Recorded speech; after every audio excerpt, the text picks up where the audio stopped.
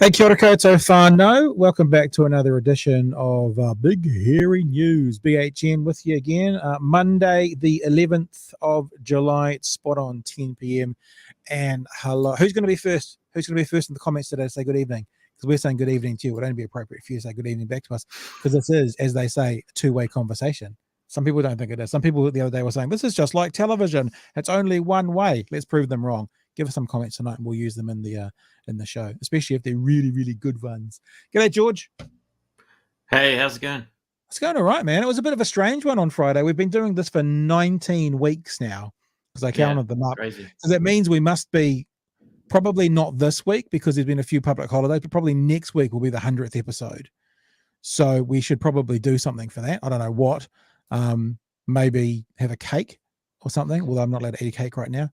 But do something. So I'm assuming that next week, maybe next Wednesday or Thursday, I think we had 3 public holidays, is probably our 100th episode, which is kind of cool. But it was a bit weird on Friday, because I had the 16th birthday party around at this house with 8, I think, 16 and 17-year-olds hanging out downstairs in the lounge, and then I had 3 for a sleepover, and I just was too much, so we did a best of. And I've actually had a few comments from people who enjoyed it, because we pulled out a few of the golden oldies, put a few of the golden oldies out there, and people seem to like them, George. So yeah, it was a good time. Yeah, no, there was a good. It's crazy to look at that highlight reel and to think of 19 weeks. I have a document, and sometimes when I'm asking people to come on, like an academic or something like that, because they don't know who we are, I sometimes send them the document, and the document is the guests that we've had on, most of the guests we've had on so far, and it's a pretty cool list, man. It's a pretty cool list. And I think actually what I'm hoping is, like, what we try and do here, yes, we're still very small, and we're wanting to grow, and we're growing, but when you have a look at some of the names of the people who have come on, and not just once or twice, but regularly, it's pretty choice that they've made themselves available. And we hope that we can have a long and fruitful relationship with those lovely people as we continue to grow into double digits at some stage. How about the rugby? Did you see the rugby on Saturday night? Yes, me and a mate went to a pub, a packed pub full of no masks, of course. Oh, yep. And yep, we watched that, standing room only. A few, I won't name the pub, but let's just say it was a pub experience. There was a guy in the corner who was repeatedly yelling freedom, like he was at an anti-mandate protest or something like that. Or Braveheart, one of the two.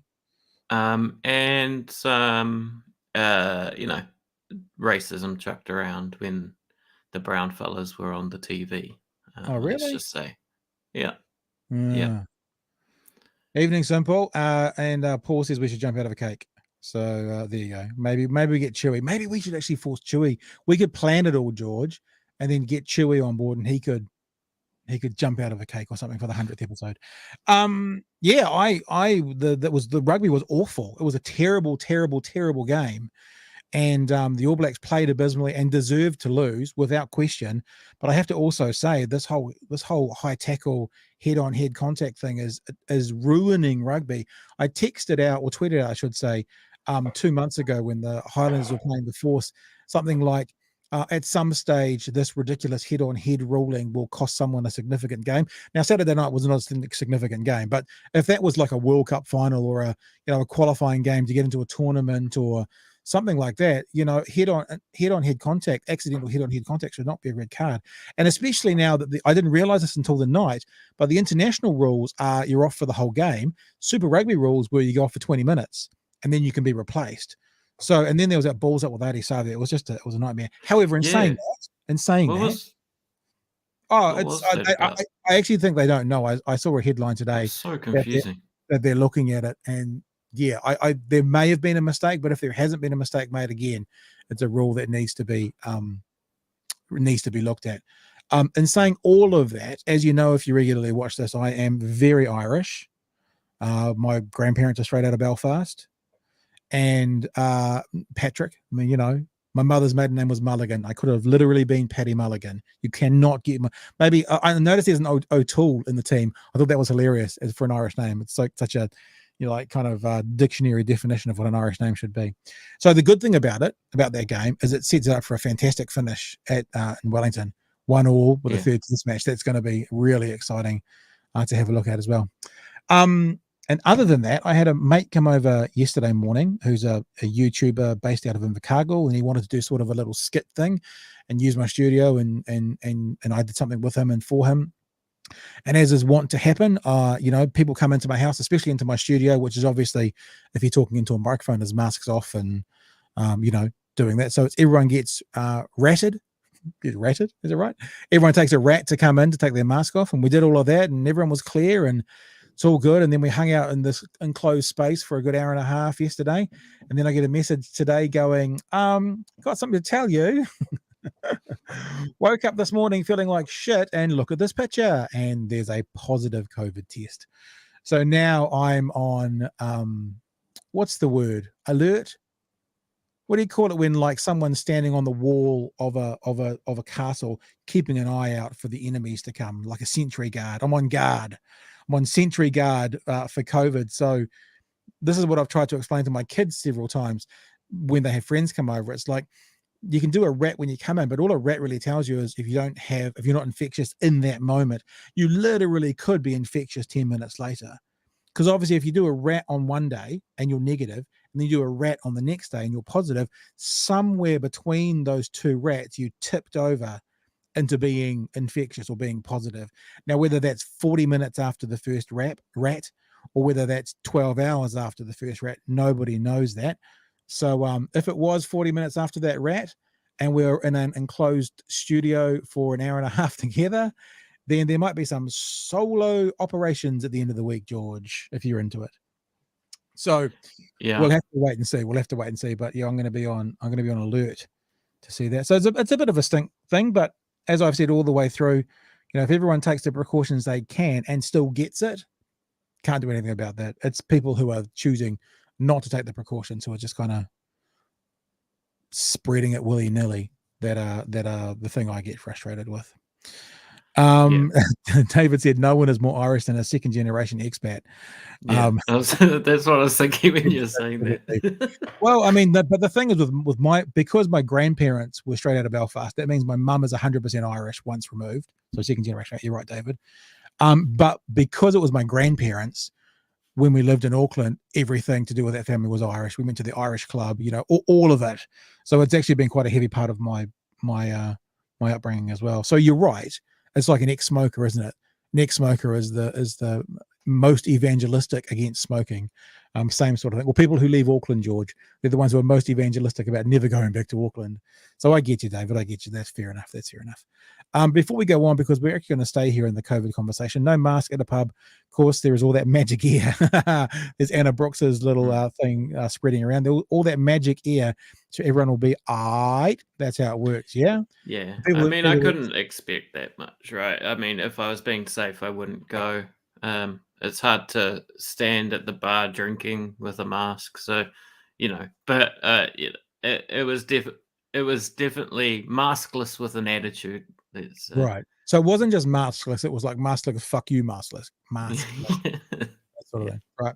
Hey, well, listen, speaking of that, and as we've said all the way through, this is not something that we're kind of pushing. I was speaking to a friend who was in Australia over the weekend, and they were like, oh, it was so good not to have talk about COVID in every news break, and no one's talking about it. And they actually said there's no COVID in Queensland. I'm like, hang on, what do you mean? Well, they were meaning was no one's talking about it. It's not in the news, none of that. So we don't want to be a purveyor of doom. We've always said that, but we do want to give you information and let you know what's going on. So where we're going to start tonight, just because of the personal story COVID conversation that we've been having, is this conversation that was had on TV3 over the weekend about where we're at right now with COVID and where we should be with Professor Michael Baker.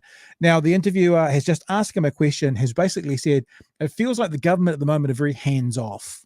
Now, what that means to those of us who don't have to be polite about it is that they are making decisions based on public sentiment and polls rather than decisions made on what's best for someone or for the community medically. So after that question was much more politely asked of Michael Baker, this is where Michael Baker started that conversation. Yeah, I think obviously a lot of people are over the pandemic. We all want it to have stopped some time ago, but we can't wish it away. It is a reality. It's, as people say, it's an inconvenient truth like climate change. We have to change the way we live to manage this threat until we get perhaps some very effective vaccines or antivirals in the future. So for the foreseeable future, it is about doing a small number of things very well. And I think the two basics are, if you're sick, don't go out. And that stops all viruses, all infections. And the other one is we have to turn into a mask-using society. Mm-hmm. Societies that have embraced mask use are doing very well, like Japan, South Korea. I think the driving metaphor is a good one. You put on your safety belt to protect you. It's a bit like, getting your boosters and vaccines, and you don't drink and drive, and that's to protect everyone else on the roads. And remember now, roughly 1 in 1,000 people who get this virus are dying from it. I think that's an interesting point to consider as well. 1 in 1,000 people who get the virus are dying from it. Now, that sounds like a very small number of people, but that means if every New Zealander gets it, 5,000 Kiwis die from it. So if you think about it that way, it might be a very small, insignificant danger to you, hopefully, to me, to other people, but, imagine if there was 5,000 cases, road deaths a year. If they just put that number 5,000 and then change the cause of death to something else, if we could affect a change, in fact, the driving situation is a good one. We did affect the change once we started wearing seatbelts. Fewer people died on the roads almost immediately. So we can affect the change by masking when we go out. Why wouldn't we? Other than don't tread on me, which seems a bit ridiculous to me. So if you go out when you have this infection and you affect your friends and family and other people, you are going to be killing some people, just like drinking and driving. So we need to have a massive shift in thinking about this. Yeah, I was just going to say to you, what I'm hearing is that it is up to us now. It is down to our personal responsibility. But how are we doing at that, do you think?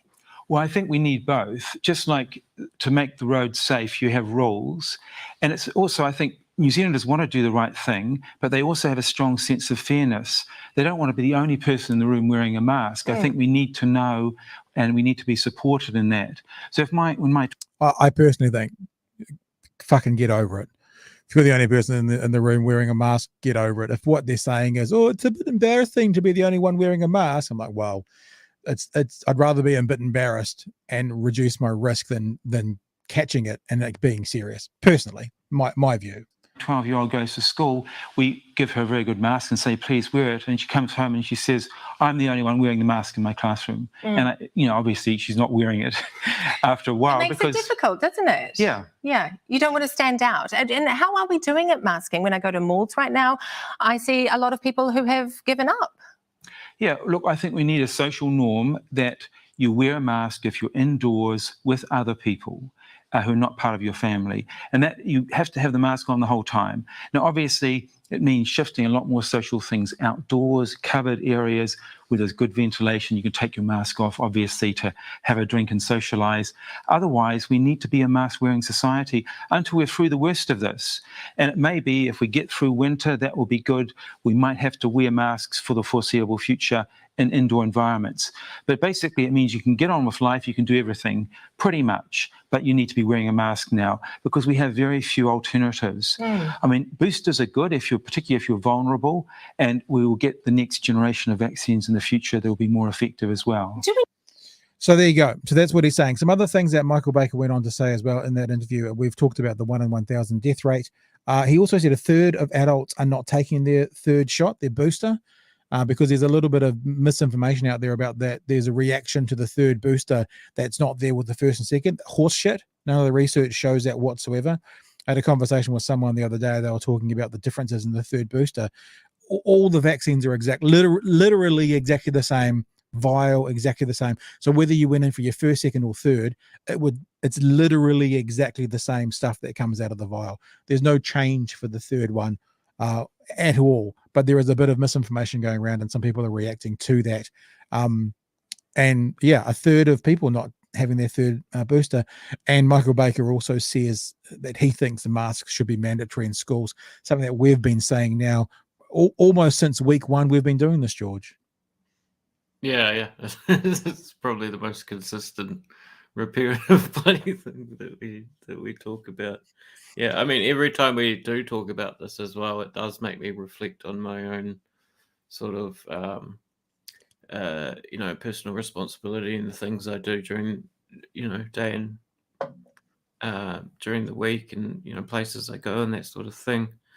And I guess that's one of the benefits of COVID continuing to be part of the discourse. You mentioned over in Australia, there's no COVID, but it's because it's not getting spoken. It's not talking about it. Yeah. So I think if we keep this sort of conversation and around, then it does sort of remind people as if they need reminding. But I certainly do. It's not even reminding, it's that little jog, because we can all know it. And look, to be honest with you, it's looking after yourselves and looking after others. This happens to be on my desk just because I had a guest in the studio yesterday morning and I wore it before they'd finished their rat. So that's a mask that I wear. See, it doesn't come up very much. It's got the valve in it. Can you see the valve? There it is. See the valve in it? Now, in theory, I can still breathe out virus, in theory, but it protects me from breathing anything in. Now, that's a selfish thing to do. I'm doing it at the moment because I'm looking after myself. However, because I've been exposed to COVID yesterday, and if people are just joining in, you'll have to either watch back or see, but I basically was in the studio with someone who was negative when we tested yesterday, but positive today. Because I've been exposed to that yesterday, I've got a meeting tomorrow it's a weekly gathering that's got about 12 or 14 people in it. I've already said I'm just not going to go along. I've said, look, I've tested negative, and I mean, I'm probably 50-50 whether I stay negative or get positive, if I'm honest. But it would be irresponsible of me to go along in case, that tip over that I became infectious just before the meeting, or if I tested in the morning and I was fine and 3 hours later I was infectious. It's irresponsible of me to go along. So I've said to them, I won't be coming along for this reason. So I am still thinking about looking after other people as well. But also because everyone else, like in the malls, is saying F you to COVID, no masks, I'm primarily looking after myself. But I'm not just going to be a dick about it as well and go wearing that mask in case I was shedding viral load either. Best kind of load to shed, I hear. So yeah. But anyway, that's where we're at right now. And look, I think like the thing that I struggle, not that I struggle with it, I think society will struggle with, is Michael Baker's basically saying if you're indoors, masks on all the time. Now that straight away, George, eliminates your pub, eliminates a cafe. The thing is, if we as a society don't take the precautions we can right now, then those things will be eliminated by force if we go into red. So what I don't want to hear or see is a whole bunch of people now who are kind of going around unmasked, not really worrying too much about it, who then, because COVID has spiked, whinge and bitch and moan about their local pub or cafe shutting down if they've done nothing to try and help the situation of COVID not spiking. So right now, Anna Brooks talks about magic here. And for those of you who don't know what that is, it means you walk into a cafe with your mask on and you sit down at the cafe and you take your mask off to eat. And she says, like, there's magic air all around you. Like the COVID air is not going to come from the table next to you. So she's saying with her tongue in her cheek how it's ridiculous. But the point is, at least that's something. If people are just wandering into the mall and wandering into the pub with no mask and not worrying about it, then even though I may have contracted it yesterday, possibly, I like I said, 50-50. If we're not here tomorrow night, you'll know why. It was done. It will have happened with us following the restrictions and stuff. So that'll be one that slipped past the goal. Whereas if you're just not even worrying about it and you're doing it, those number of people getting it are going to be higher than people who are taking precautions. So just what I won't abide by is people bitching and moaning in 2, 5, 10 weeks time if a shutdown comes on some level, who are now not trying to help a shutdown not to come. Does that make sense, George? Yeah.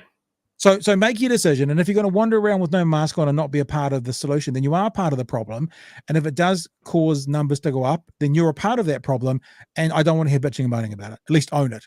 If you're going to do it, own it. That's all I'm saying. Be consistent. That's it. All right. Speaking of COVID, we're just talking about Australia. I had some friends who were over in Australia for the weekend, got away, had a good time. It was apparently lovely, a good rest. But there is also some conversation going on at the moment, and it's really based around our interest rates, our inflation, and our house prices, about where is it better to live, in New Zealand or in Australia.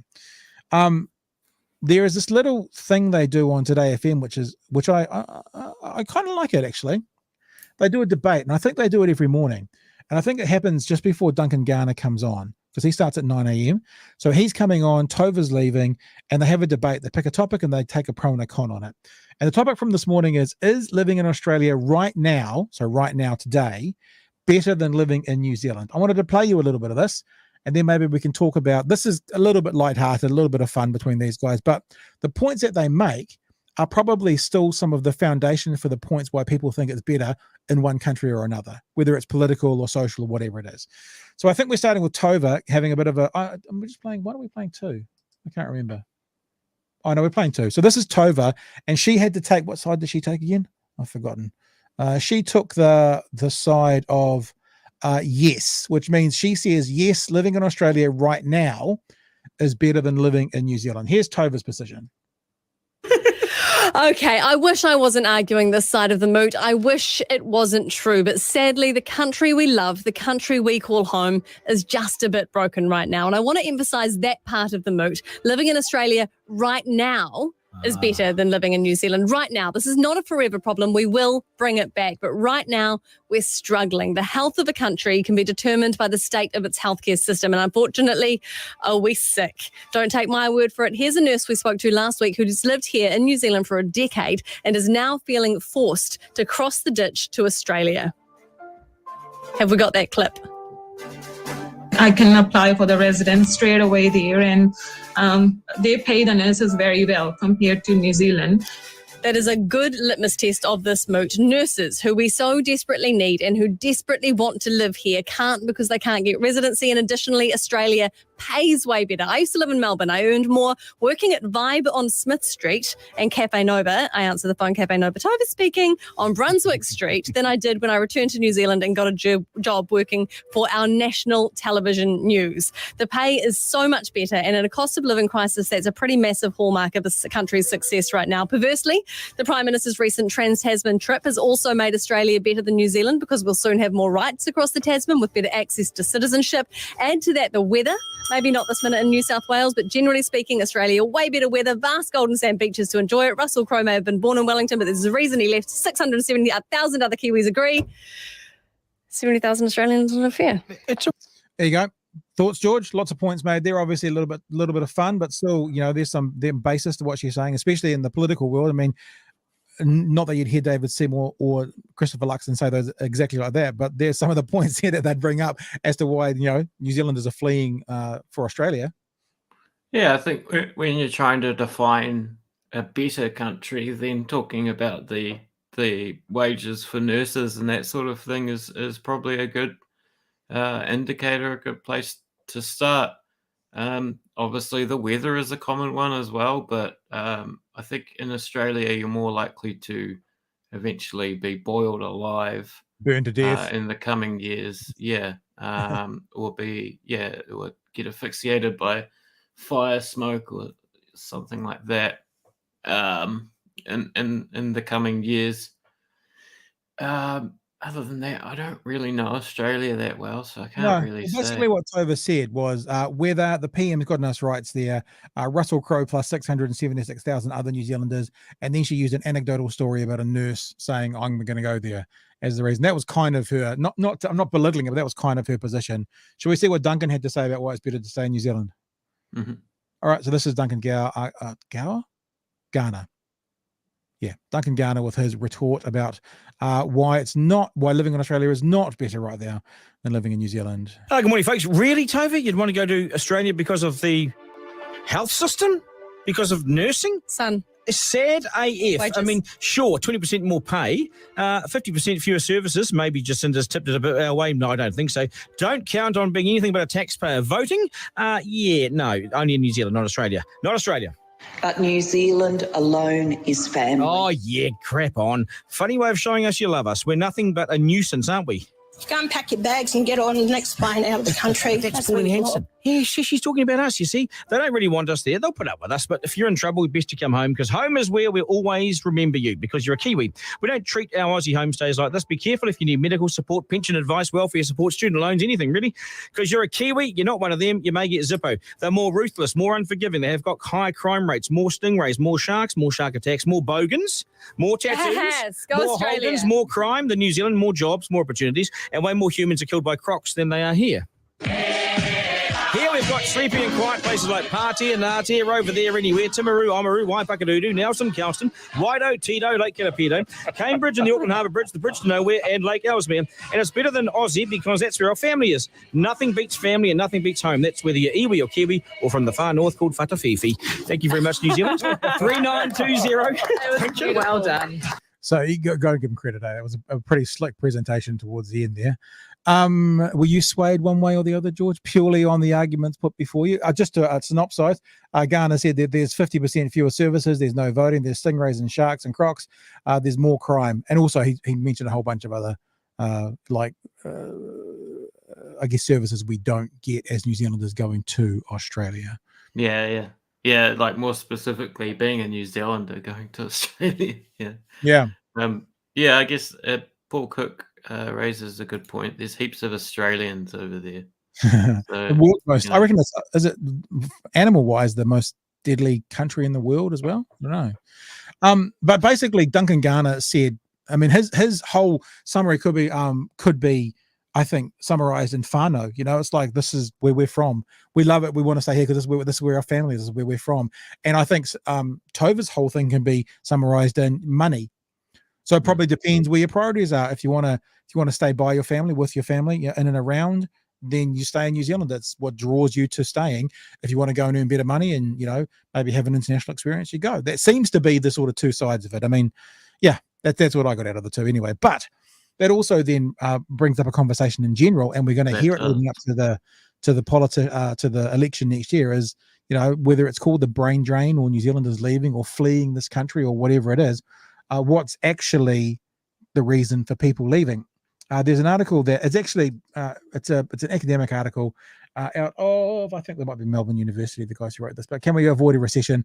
What we can learn from the Kiwis. Long story short, this is basically not really pro or con New Zealand. It's basically some Australian academics saying, well, because if you don't remember, we were sort of ahead of them with our inflation rises, and we were ahead of them with the costs going up and the house prices dropping a bit.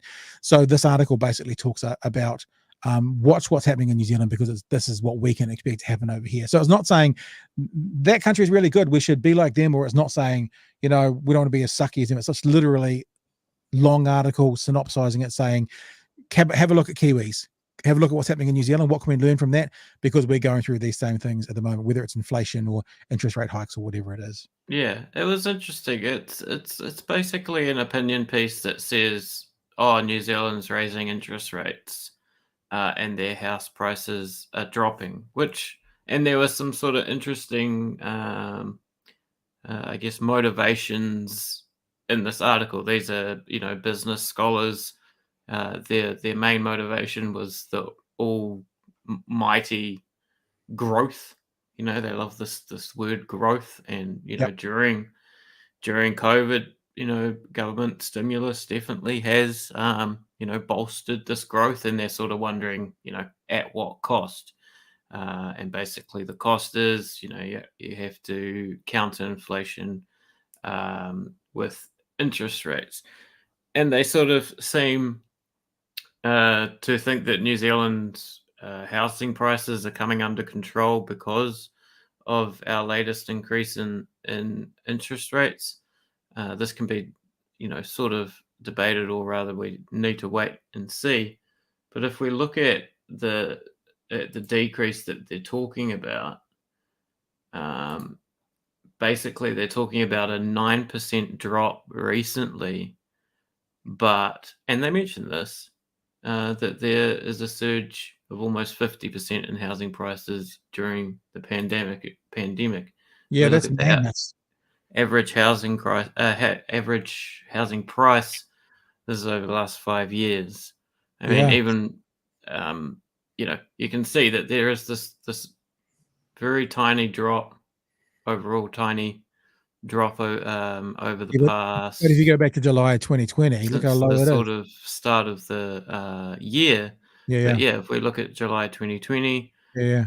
and this rise, and we can talk about the rise before COVID as well, is basically, well, I see it as a sort of conspiracy of sort of virtual wealth, right? It's sort of a it seems to me like the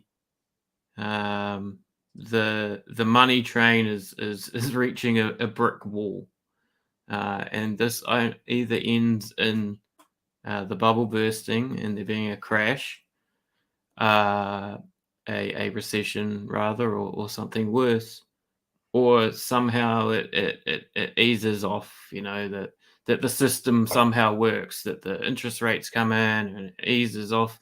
But this is years and years and years of overinflated housing prices, and the effects of that as well. People getting loans based on their housing value, etc., etc. People with homes going on a holiday. Cheap loans as well. It's like not just getting loans, it's like Yeah, when yeah. it's 2 or 3%. It's like it's cheap money. So, but now that it's 4, 5, 6%, it's not cheap money all of a sudden.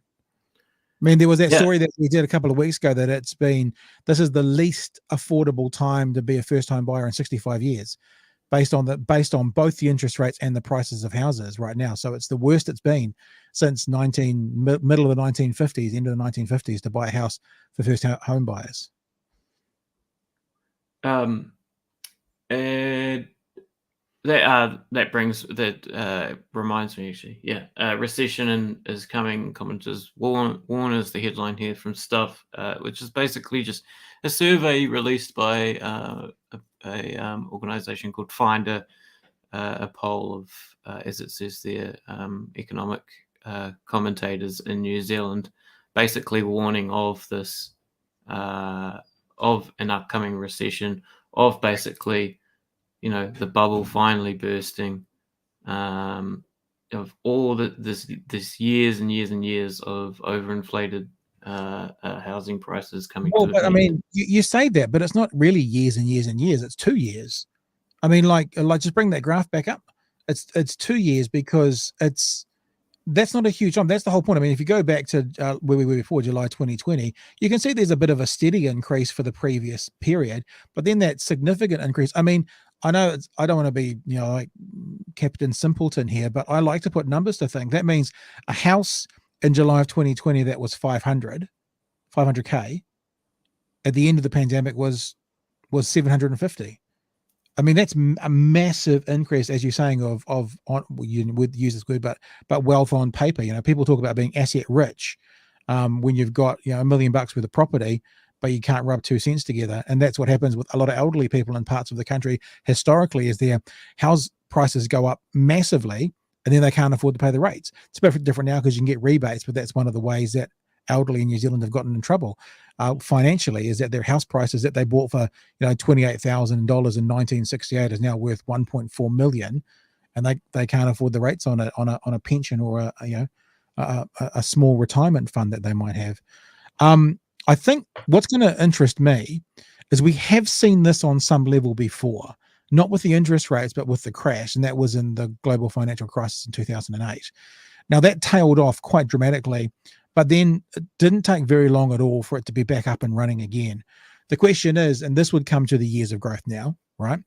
Is this going to tail off and say level out to a more reasonable amount, or will it drop for 6 months, 12 months, 18 months, and then just take off again And we'll be looking back and going, actually, since the start of the pandemic, there's been a 70% increase. Yeah, it tailed down for a while, but it's now up and above where it was at its peaks before. Because it didn't take very long after 2008. I can remember, I was working in Talkback at the time, and I can remember the headlines going, house prices are now above what they were, pre-crash. So it didn't take very long then. Now, different circumstances. Because that's the cycle, right? That's what I meant by years and years. That's the cycle, and who are the people? At what cost was the system able to reestablish itself? Yeah, and the difference then was central the interest banks rates gave well. the central banks gave money to Apple so they could rebuy their shares, and on paper again, yay, look, we're rich again. Yeah. Yeah, so I don't have any. As you all know, I love being the dumbest person in the room. I have no idea what's going to happen with the housing market. But if it crashes and doesn't come back, it'll be kind of the first in modern history, because it's come back every time.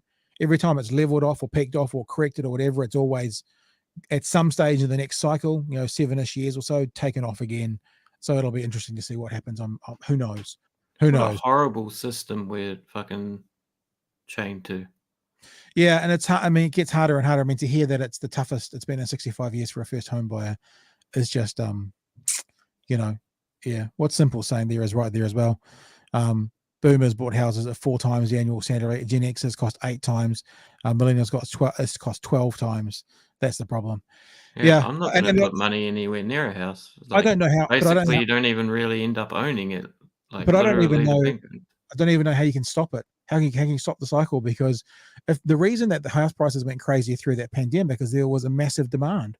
People were moving around. People were staying in New Zealand because they had to. So rather than the people who could spending $20, $30, $40, $50,000 on international travel or that sort of thing, they upgraded houses. They did that sort of stuff, and they could afford to, and that created demand. And that when you have demand, that creates the price going up. The only way that I can see the price dropping or staying down is if basically no one wants to buy houses. You get 10 people wanting to buy one house, that's going to drive the price of that individual house up. If you make that by 100,000 sales in the market, Yeah, I mean, we'd need to get an economist on, but I don't think that is demand. Well, I do know from working with a couple of real estate agents and with another hat on, that there was a ton of sales being made and a ton more people missing out. So I agree with you. That's an unrealistic expectation of demand. In other words, it shouldn't have gone up that high. But stories I heard about people who are looking for, 400 or 500 for their house in Dunedin getting 750 because there was just 6 or 7 people who wanted that house, going crazy. And that's not even big money for the country, 750, but in Dunedin at that time, the first house I bought in Dunedin, which was only 8 years ago, was 230. That house sold not long ago, I think, for 650. I think you'd find a lot of those people buying houses, though, have that money to buy those houses because they've got other houses. Yeah, true. Yeah, so they buy. They're borrowing of. Yeah, the bank's that. It's like sort of like this snowball of doom. Yeah, cool. Let's, as you say, snowball. The thought that comes to mind is the snowball's chance in hell. That's probably about the same chance as people having a first home buyers at the moment. It's probably parallel to what that is. Let's have a look at David Seymour. David Seymour's been in the news in the last couple of days. Today, he was on News Talk ZB talking about his 100-day plan. If he gets into government, if he is part of a government, obviously alongside National, what they want to achieve in the first 100 days. I want to play you a little bit of audio here.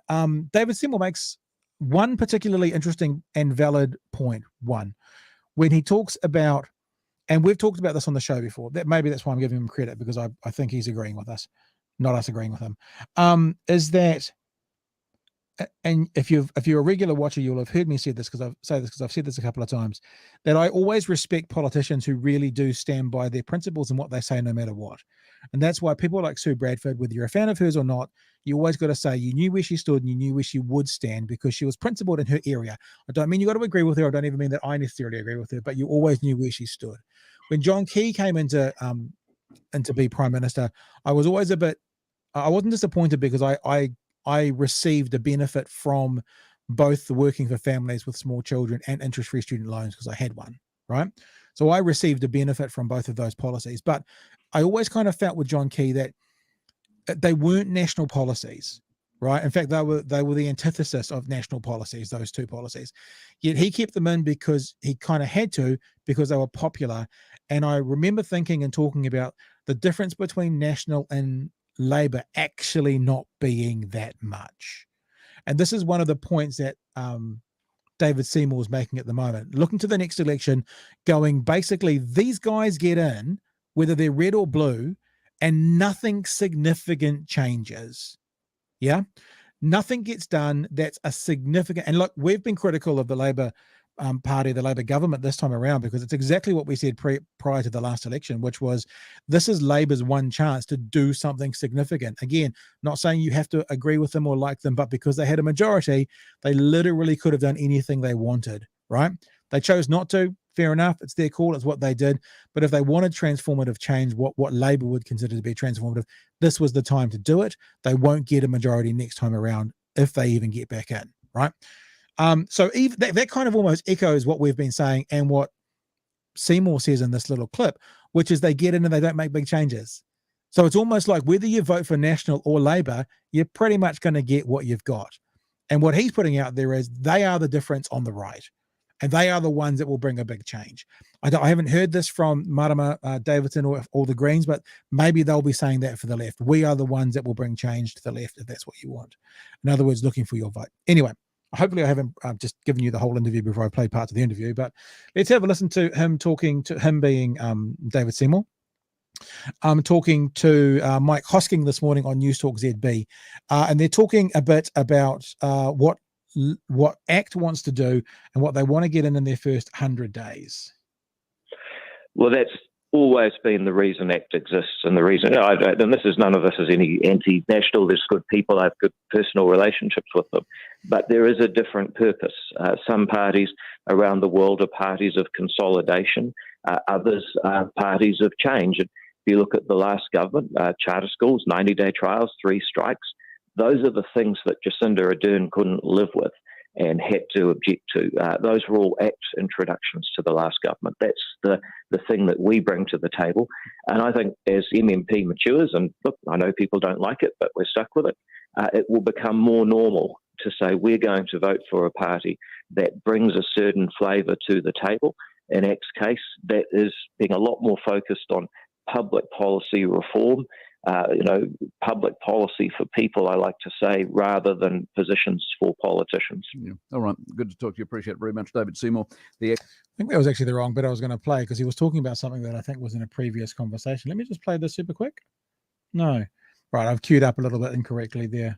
That's Nicola Willis's bit. So what we missed, actually, it's funny that I set it up like that. What we missed was him talking about there's not much. I actually explained what he said anyway, so we won't go back to it. But one of the points he made within that was when Labour came in, they did make a bunch of changes. They basically ripped out all of ACT's policies. So he's saying on one hand, these two parties come in and they don't make a change, and then he also said, but when Labour came in, they did make a change, but he'd probably answer that by saying it wasn't a significant change. It was pulling out some of the things that weren't like, significant budgetary changes or significant policy changes. I want to see if I can actually. He mentions 3 strikes. Yeah, and the 90-day bill, I think, was the other one. So they're not transformative changes, but Labour did come out and pull those out. Sort of yeah. It's funny. That is you've picked up on a little contradiction there from him, right? That he's saying like they don't bring in change, but also ACT brings in change, but Labour got rid of our change. So wouldn't that mean that's change? Yeah, I don't know. Like I said, not to defend Mr. Seymour, but I suspect what he's saying is that's not really a transformative change. Although you could say 3 strikes is pretty transformative. I mean, I'd agree with that. Yeah. It's not very transformative. Let's have a look at. I'll just see if I can find, because there's one clip that I really wanted to play, which it's. I apologize, but it wasn't quite in there, where Mr. Seymour was talking about the health systems. Let me play this. I'll find it. I'm sorry that it's going to jump around a little bit, but then we'll just talk to it. Once John Key was elected, all of the substance of the policy stayed in place. So this is him talking about National and Labour being the same. That cycle has now happened 5 times, Labour National, over 90 years. And yes, when this government changes, it will need to be different. We will need, I think, in the first 100 days to start the legislative process. And I say start because we're not into rushed lawmaking like these guys, but actually get the ball rolling with legislation in Parliament to get rid of three waters and the Maori Health Authority and the Public Interest Journalism Fund, the Zero Carbon Act, all of the attacks on landlords, mortgage interest deductibility, the Bright Line test. It's always interesting that the verbiage, attacks on landlords, like it's a physical assault, policy differences and policy ideas around tax, but it's an assault. I always find it interesting what verb that politicians use. And so it goes on. There's a lot to do. What I'd put to your listeners and you is that what is going to be the difference this time? And in my view, it is for the first time under MMP, a government with two parties in it, with the National Party sharing power, which they haven't previously really had to do, and then rolling back and reforming Labor policies, which hasn't happened before. It's very challenging to name one that an incoming national government has reversed over 90 years. What do you do about things like, so you've named the stuff that you can do. I mean, I don't even think three waters will get off the ground, so it won't be hard to undo. But what about the health reform, which has started and the DHBs are gone? What do you do about stuff like that? Well, nobody will weep for DHBs and nobody would want to bring them back. But the question is, why do we have this Māori Health Authority?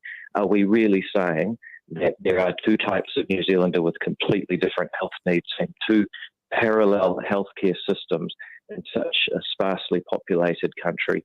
It's just completely nuts. So that's the point. One of the points I wanted to play, because I did want to definitely speak to this thing.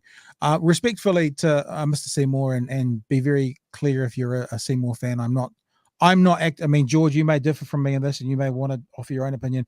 I'm not actively calling him racist. But I have said this to Mr. Seymour's face. Go to our YouTube channel and you can find the clip for yourself. I've asked him and I said to him, are you aware why people think you're racist or that your policies are racist? Let's make it less personal.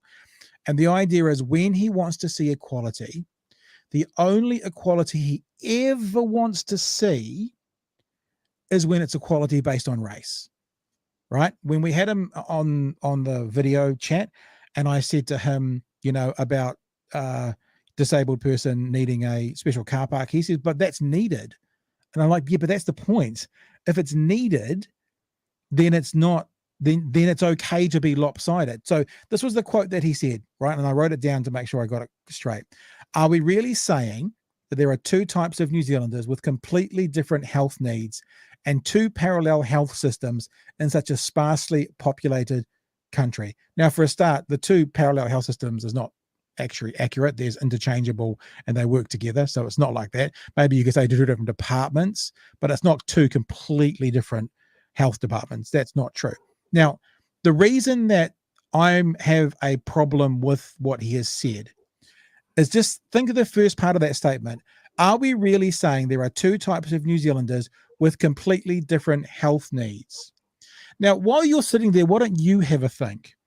Can you think of two different types of New Zealanders with completely different health needs? And the answers are, of course we can. How about male and female?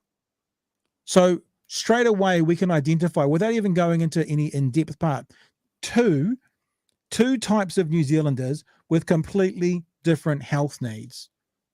Now that means, yes, there are two types of New Zealanders with completely different health needs. But what Mr. Seymour is saying is two types of races with completely different health needs. That's unacceptable.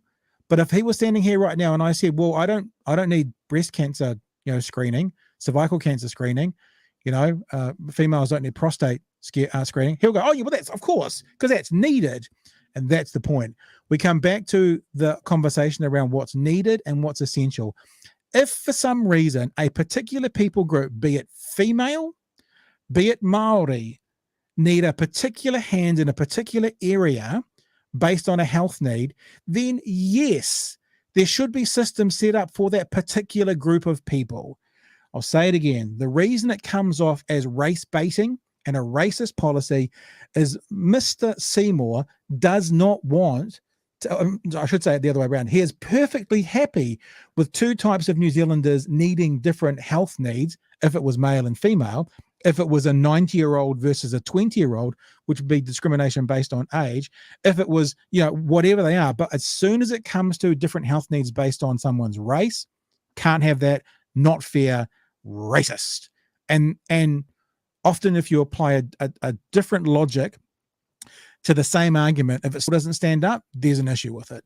And so what Mr. Seymour is saying, basically, there should be one health system for all people, no matter what their ethnicity. Now, actually, there is one health system, but if one particular ethnicity needs more help in one particular area for whatever reason, then shouldn't we give it to them? George? Yeah, totally agree there. With the first element of what he was saying, in Politikiwi actually sort of highlights this as well. Big tent party policy platforms that National Labour pulled out are the antithesis of MMP. Parties ought to represent more codified ideology. I mean, it would be nice if there was some sort of reckoning, MMP reckoning from either the Greens or, obviously personally, I don't want a reckoning from ACT to ACT suddenly having as much seats as National, although I think National is a bit nervous, as they always sort of are. We'll get to that. ACT, which we'll get to see, yeah. I guess, I mean, sort of related to our conversation before, it is sort of there has been a transformational project over the past 20, 30 years or 40 years of neoliberalism and austerity, and the thing that as well as putting up interest rates and all that sort of thing, that governments, especially a national government, are going to counter the inflation crisis and the recession with is more austerity. They're going to have to find assets that we haven't already sold off somehow to sell. They're going to have to cut government spending and all that sort of thing. But yeah, it just suddenly clicked in my mind that crisis, that upcoming crisis that we were discussing in the other story, is going to coincide not with a political moment where maybe something can be done about that, but a political moment where something is done that sort of perpetuates that cycle again, right?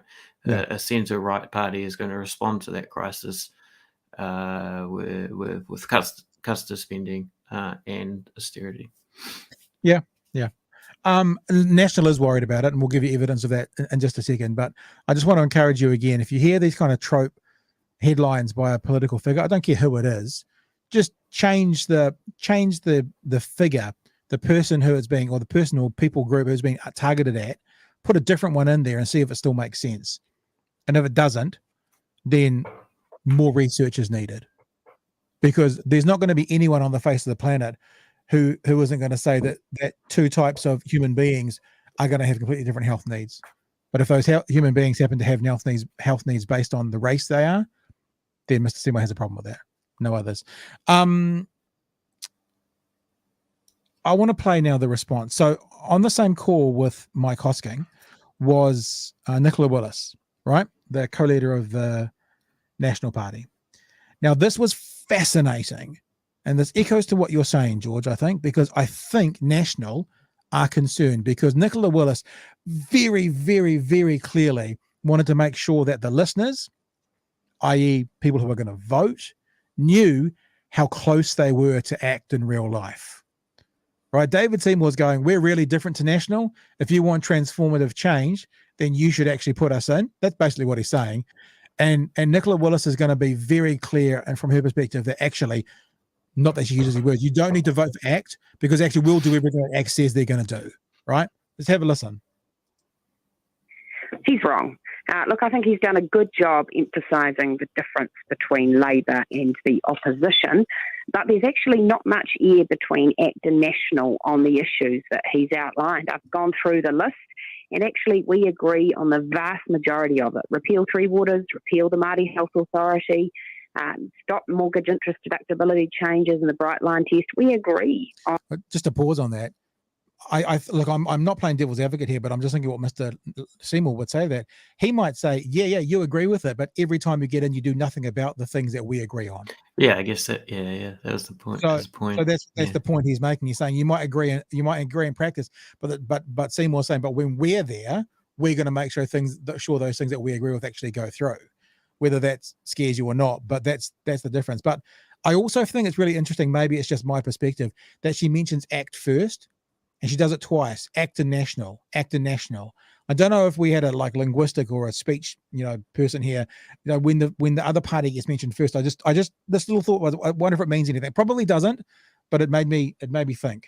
All of that stuff. And that's good, because our focus needs to be on changing this government. And I think there's a real danger of divvying up the spoils before the battle is won. And I'm really worried about those million New Zealanders you've been talking about on your show this morning who are thinking about leaving.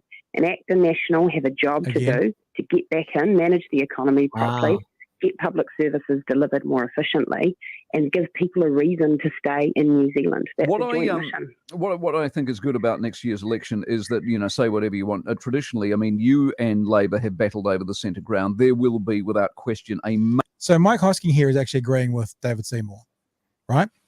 And he makes an interesting point, does Mr. Hoskins, and I there is a little bit of vomit in the back of my throat when I say that out loud, but he does make an interesting point. Major ideological gap between you and ACT and Labor and the Greens for this coming election, won't there? There's a gulf between you two, or four. I think so. So sorry, I kind of talked over that. So what he's saying is, he's basically saying National is closer to Labor than Labor is to the Greens. And he's saying Labor is closer to National than National is to ACT. So if you were looking at a continuum, and I know it doesn't quite work like that, of political spectrum, the distance that ACT is off to the right and the Greens are off to the left is a lot further away from their natural partner than the two major parties are together, which actually is basically what Seymour is saying. And of course, Nicola Willis has to disagree with that. It comes down to value. National will never shy away from the fact that we believe in reward for effort. We believe in personal responsibility. We believe in limited government, that strong families and strong communities have a bigger role to play. And we believe in entrepreneurship and equal opportunity. Those principles drive our policy making, and we believe they drive a better country. That she didn't talk about believing in, paying less tax for the super wealthy, because that drives them pretty well as well most of the time. So what she said also, and remember I talked about the words that are used by politicians. She says the gap between the parties, right? So talking about the gap between Labor and the Greens, and the gap between National and ACT. She said this: it comes down to values. So what she's saying is, we have values. When you get into that gap between the parties, the values disappear. It's a very interesting way to sort of load that conversation, to say, can you see the halo around our head? The bigger the gap, the smaller the halo for the other party on our side. It was just, I found it to be fascinating. It is a fascinating clip that you found there, Pat, because it's almost like you can sort of, you can almost sense the panic, like, oh no, like we're sort of like ACT, which is interesting as well, because usually the other party likes to, like Mike Hoskins doing there, like the Greens and Labor are the same. Like it's in the opposition's, the other party's interest to tie them to the radical wing of whatever. But there, she's needing that, because she's seeing, ACT doing, fairly well. That interview says to me, right, and I'm not talking about numbers wise, but maybe it's from public perception, ACT is in the power position. That's what that conversation says to me, because she was sounding, I don't want to say rattled. It wasn't like she was nervous, but she was sounding like it's not going to take much of a deviation for them to go into panic mode.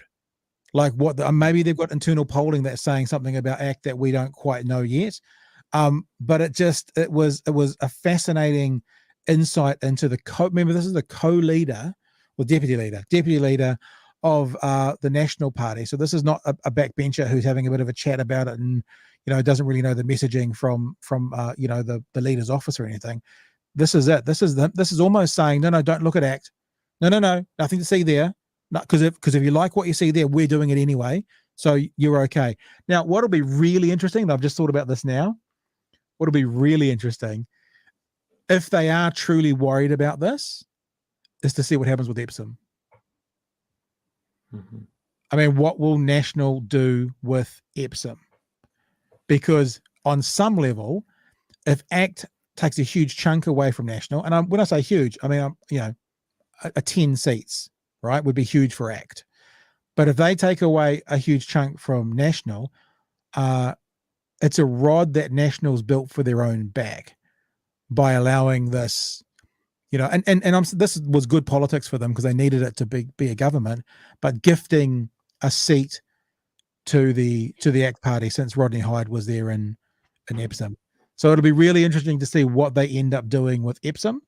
I guess it's a little bit like bit of the devil, maybe, are they going to give ACT the seat and maybe be at the behest of ACT if they get too many others in, or are they going to make them cross the 5% threshold?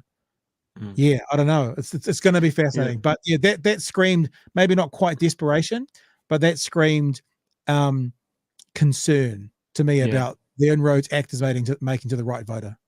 Yeah. Yeah, I guess my last point on this would be, it's also interesting thinking of that messaging and the audience of it, the Mike Hosking audience, that may be more inclined to vote for ACT over National, whereas maybe elsewhere should be a bit more tempered or a bit more hesitant to chuck them totally in the, like, just how strongly she was like, yeah, we're the same. Yeah, that was the thing, wasn't it? No. It's almost like, it was almost a bit, this is the power thing. Maybe she didn't quite say it, but it was almost like, no, we agree with ACT. No, we agree with them. They're cool, and we agree with them. We're on board. Like, and that's why I'm saying it was almost felt like how she was saying ACT's word named first. Maybe I'm being pedantic about that, but it was like, the boss's name gets said first. The one that's in your head comes out first, rather than going, we're the big boys. And you know what? If we will negotiate at the end, we don't have to worry about ACT. They can do that. They can do them, boo. We'll do us, and we'll talk to them the day after the election. But there's certainly a different narrative she's trying to put out in that interview, at least, anyway. Alrighty. Some messages that have been coming in. We're just about to wrap up, I think, for the night. I think we're going to leave it there, George. We basically hit 11 o'clock. We had a couple of other things to talk about. But they can wait till tomorrow. We can prep for tomorrow night's show, because we got another thing on David Seymour, and perhaps we've had enough David Seymour for one night. Simon says, I'm amazed ACT wants to waste taxpayers' money on a stupid inquiry into the COVID-19 response. Politikiwi says, I hope the Greens take a few tactics out of ACT's book with strong-arming their potential coalition partner. You can hear how this issue is putting Willis on the back foot. Why not Labour? Yeah, I mean, that's straight out of the US. That's straight out of the US right-wing political world. The what do they call them? The Tea Partyers started it a couple of cycles ago, where they got a lot through based on supporting the Republicans, and that was one of the biggest criticisms for the progressive portion of the Democrats not wielding their power to get things through. They won nothing for their progressive base, whereas the Tea Party got quite a lot through. Plus, I reckon both ACT and Greens could actively survive risking a hung parliament to push for more in a coalition and negotiating from a position of strength. Their base is loyal, centrists aren't. Yeah, nice. Nice. I also think, I mean, this is not a conversation for tonight, but there's also a conversation when we're talking about what MMP is. It sounds like David Seymour's not a fan of it, which is interesting because he goes, it's what we've got at the moment. It's interesting because the only reason he has any kind of sway whatsoever is because of MMP. Because if it wasn't MMP, he wouldn't be gifted a seat. And if he hadn't been gifted a seat, they wouldn't have built any kind of base whatsoever. Well, actually, I should probably take one step back, say not him gifted a seat. Rodney Hyde was gifted a seat, and he's inherited that gift. But I still think there's a conversation to be had of lowering the MMP threshold to 2 or maybe 3, 2.5%, 3%, because then you would get more of a mixed member proportional, and you might have 7, 8 parties in Parliament. Like in Australia at the moment, there's a handful of independents, and they often make up the government. It doesn't mean that they have all the power as independents, but it gives you a chance to represent yourself and a smaller portion of the population. So it's a part of a conversation. That's all I'm saying, I guess. All right. Anything else to cover off, George? No. Good. Will I be here tomorrow night? I guess time will tell. I'm a little bit of a hypochondriac. So I hear that and I go, oh yeah, I feel like I had a bit of a scratchy throat all day. It's just not so good. Bit of a scratchy throat. So like us on Facebook. We've got a Facebook page now if you haven't seen it, and also the YouTube channel as well. And what we'll do is, should I not be available, I was looking for the Facebook page. Where is it? There we go. For people who are just with us now that weren't at the start, I was exposed to COVID yesterday, potentially. Hopefully, whilst someone was non-infectious, but we'll know probably in the next couple of days.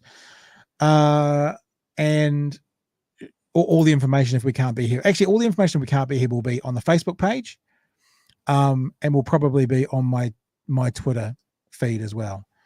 All right, because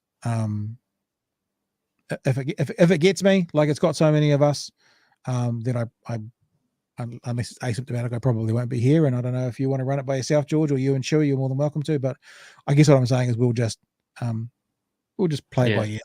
Planning on sick, maybe I'll have maybe I'll just stream me gaming for an hour or something. Yeah, nice. What are you playing? I'm either usually racing on iRacing, or I'm playing Crusader Kings 3, which is like a strategy game.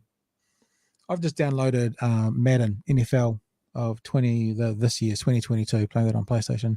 Problem is when you're playing on PlayStation, it's more difficult to stream. And I mean I know everyone's going to laugh and go, "Oh, you're a 14-year-old boy," but I do like Fortnite. I play 1 or 2 games a day on Fortnite. I use it as sort of a 20-minute gap here and there. I don't sit there for hours now. That's what I've noticed from being more of a grown-up, George. When I was in my 20s and stuff, I could sit on PlayStation for 4, 5, 6 hours easy. Now I can play a game and then I'm like, okay, I'm done.